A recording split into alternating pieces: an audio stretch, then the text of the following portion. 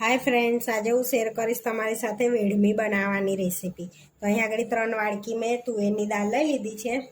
हवे एने सरस आपणे 2-3 पाणीए धोई लेवानी छे, जेथी आपणे दिवेल નીકળી જાય अंदरथी ए રીતનું બધું પાણી આપણે કાઢી લઈશું। હવે 2-3 પાણીએ ધોઈ લીધી છે। હવે આપણે પલાળી દઈશું દાળને। તો આગળ 2 થી 3 ગ્લાસ પાણી એડ કર્યું છે મેં। હવે એને 3 થી 4 કલાક આપણે પલળવા દઈશું। तो 4-5 કલાક થઈ ગયા છે। તો સરસ એવી દાળ પલળી ગઈ છે। હવે આપણે કુકરમાં એડ કરી અને એને બાફી લઈશું।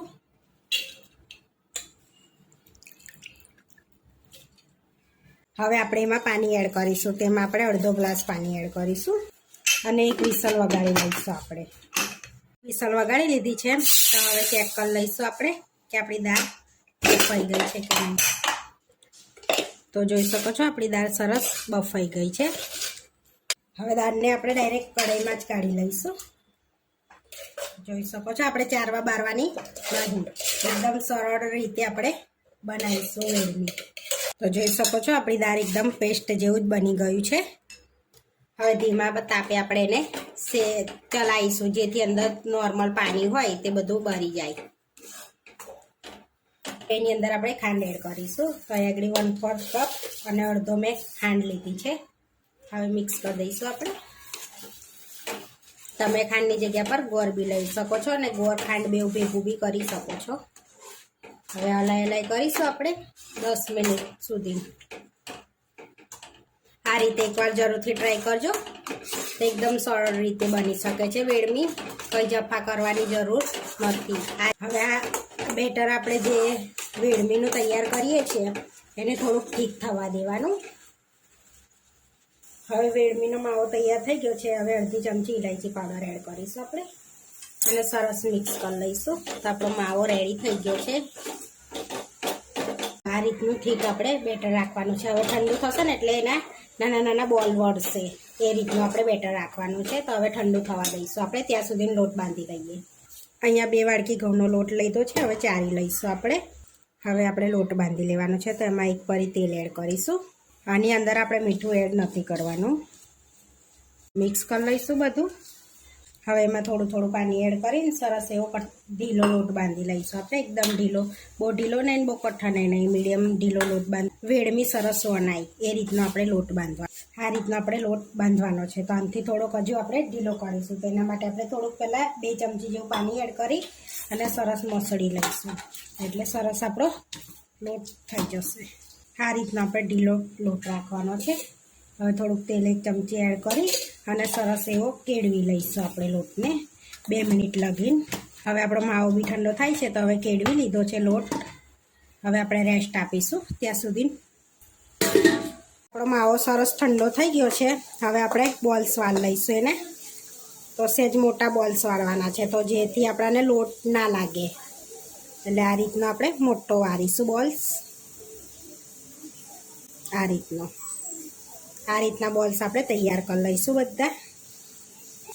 આ રીતના બધા બોલ્સ વાળી લીધા છે। આ હવે આપણે વેડમી બનાવી લઈશું। લોટને બી રેસ્ટ આપીને થઈ ગયું છે। હવે કેળવી લઈશું થોડોક આ રીતનો। હવે આપણે વણી લઈશું। સામાન્ય એક નાનો ગુલ્લો લઈ લઈશું આટલો। હવે અટામણથી કોટ કરી લઈશું અને પહેલાં નાની રોટલી વણી લઈશું આપણે। હવે એમાં એક બોલ્સ મૂકીશું આપણે આ રીતે અને બંધ કરી લઈશું એને આપણે। આ રીતે ઉપરનો ભાગ આપણે કાઢી લઈશું।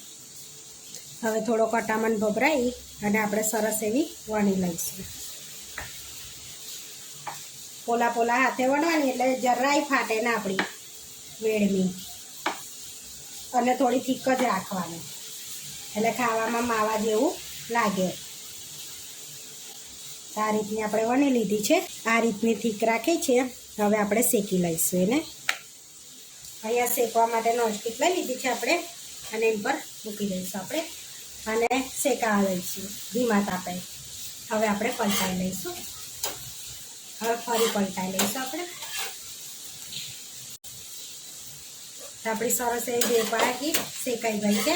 હવે આપણે ઘી લગાડી લઈશું। હવે આપણે ઘી લગાડીશું.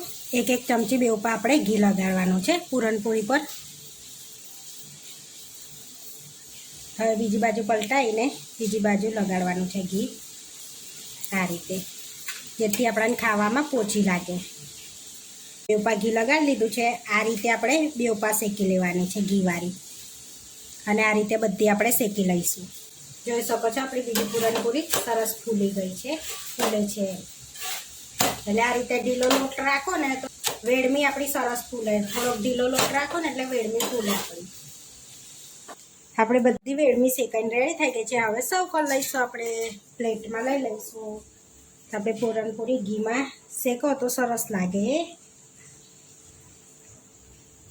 હવે લાસ્ટ પર આપણે ઘી લગાડી લઈશું. હવે ઘીમાં દદડાઈને જ પૂરણપૂરી તો ખાવાની મજા આવે. આપણી વેડમી બનીને રેડી થઈ ગઈ છે. આવા વિડીયો જોવા માટે મારી ચેનલને સબસ્ક્રાઈબ કરો, લાઈક કરો અને શેર કરો, અને તમે જરૂરથી ટ્રાય કરો. ફરી મળીશું નવા વિડીયોમાં.